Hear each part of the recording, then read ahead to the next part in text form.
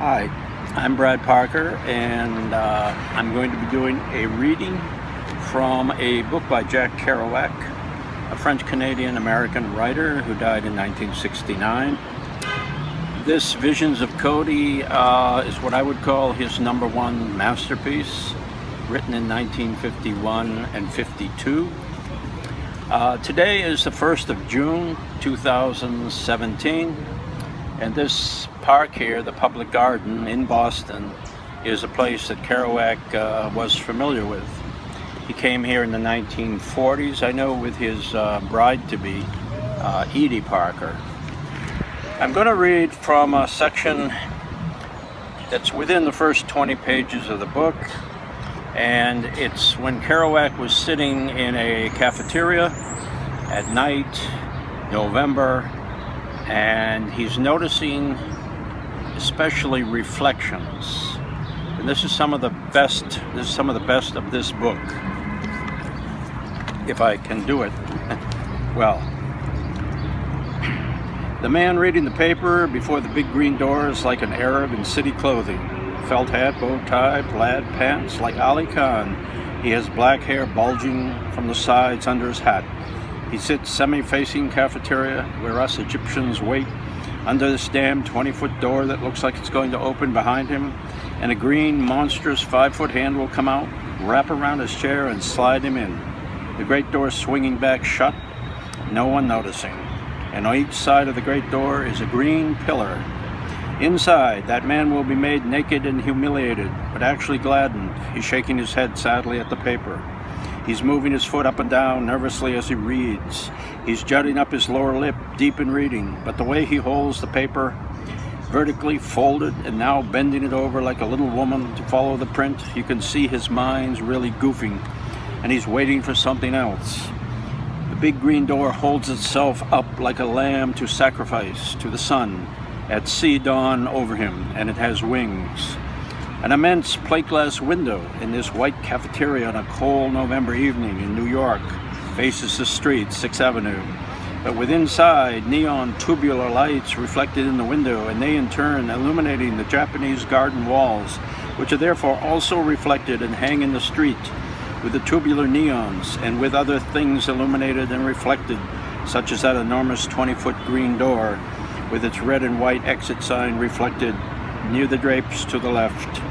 A mirror pillar from deep inside, vaguely the white plumbing, and at the top of things upper right hand, and the signs that are low in the window looking out that say vegetarian plates 60 cents, fish cakes with spaghetti, bread and butter, no price, and are also reflected and hanging, but only low on the sidewalk because also they're practically against it. So that a great amusement center, bookstore, Leo's Clothing, printing, and Ward's Hamburger, and all of it, November clear and dark, is riddled by these diaphanous hanging neons. Japanese walls, door, exit signs. But now let's examine it closer. Riddled and penetrated and obscured and rippled and haunted, and of course like kaleidoscope over kaleidoscope.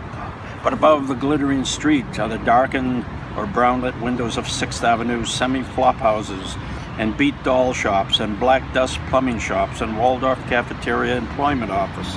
Closed. Red neons through windows at other end. Furthest up in dark is the focus of this entire human scene. There is a 4th floor unwashed window with a shade not drawn, more than a foot, but ever so thin, brown, filthy lace or muslin curtain. And now the light went off, failing to hide the shadow of an iron bed. Now that it's gone off, the mirror pillar is suddenly revealed all the way to its entire length, because my attention had been on the actual window and the reflected pillar was just barely touching the edge of the window, and I didn't know it. Most amazing of all, now this reflected mirror pillar hanging in the street is at the same time reflecting the tubular neon, the real one inside, not the imaged one outside, and also reflects parts of the wall I didn't mention that are not Japanese but checked red and green. There are no more lights in those windows up there. I'll tell you what happened. Some old man finished his last quart of beer and went to sleep. Either that or he was hungry, wanted to sleep it off instead of spending 55 cents for fish cakes at Automat.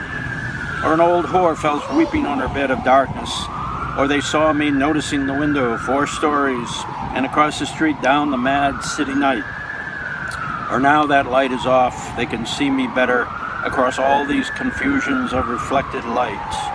I know now that paranoia is the vision of what's happening, and psychosis is the hallucinated vision of what's happening. That paranoia is reality.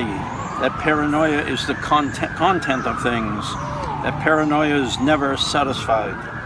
Other signs, the window ones, are reflected in a backward way, like hot, delicious chocolate is. And across this goofiness, cars flash by, and the asses of pedestrians hurrying in the cold flash by. When it's yellow cabs that flash, the flash is brilliant yellow streak. When people, the flash is memoried and human. A hand, a bag, a burden, a coat, a package of canvases, a doll above it, the floating white faces. When it's a car, the flash is dark and shiny, and staring into it for all signs of flashes. Sometimes you only see soft clicking, oncoming and outgoing of glow from neon lights intertwined in the street, and the white line in the middle of 6th Avenue, and just the barest indication of a piece of litter in the gutter across the street, unless just the gutter's reminder, without looking but just absorbing as you stare the people pass, and you know what they are. 2 Texans, I knew it, and 2 Negroes, I knew it. A beat gray coupe flashed through looking like something from Massachusetts. Eager Canadians come to fucking New York hotels. Now the backward hot chocolate delicious letters are shifting their depths as my eyes rounded. They dance. Through them I know the city and the universe. Now and finally right next to this part of the plate glass window that I've been staring at for half an hour, peeking through an area of 6 inches between the drapes and the window is a sidewall mirror, which is reflecting everything that's happening to the right of me, up the street, in fact to places I can't even see. So that while staring into my flasher, I suddenly saw a cab coming out of the corner of my eye, and it just never arrived, just disappeared. It was coming from the right in actuality, in reflection from the left, and I had been watching the flash of actual rightward going cars and cabs. In that 6-inch area also are the people, observing the same laws of movement and reflection, but from not so great a distance because they are closer to the plate glass, specifically closer to the miraculous mirror, and aren't outflung in the road appearing from far off. While observing this flasher, a car came and parked in it. That is, a very shiny new fender is seen, obscuring, for instance, the white line in the middle of the road. And in that fender, there's those crazy little images of things that light seen on round shinies, like when your nose hugens as you look closer. Those little images, but too small for me to observe in detail from a distance, are playing. They're playing only because a red neon is flashing, and every time it's on I see more of them than otherwise. And actually the main neon crazy image is playing on the silver rim of a headlamp of an Oldsmobile 88. As I look and see now, as it flashes on and off red, and I hear above the clatter and sleepiness of cafeteria dishes, and swish of revolving door with flapping rubbers and voices moaning, I hear above this the faint klaxons and moving rushes of the city, and I have my great immortal metropolitan in the city feeling that I first dug in all of us as an infant, smack in the heart of shiny glitters.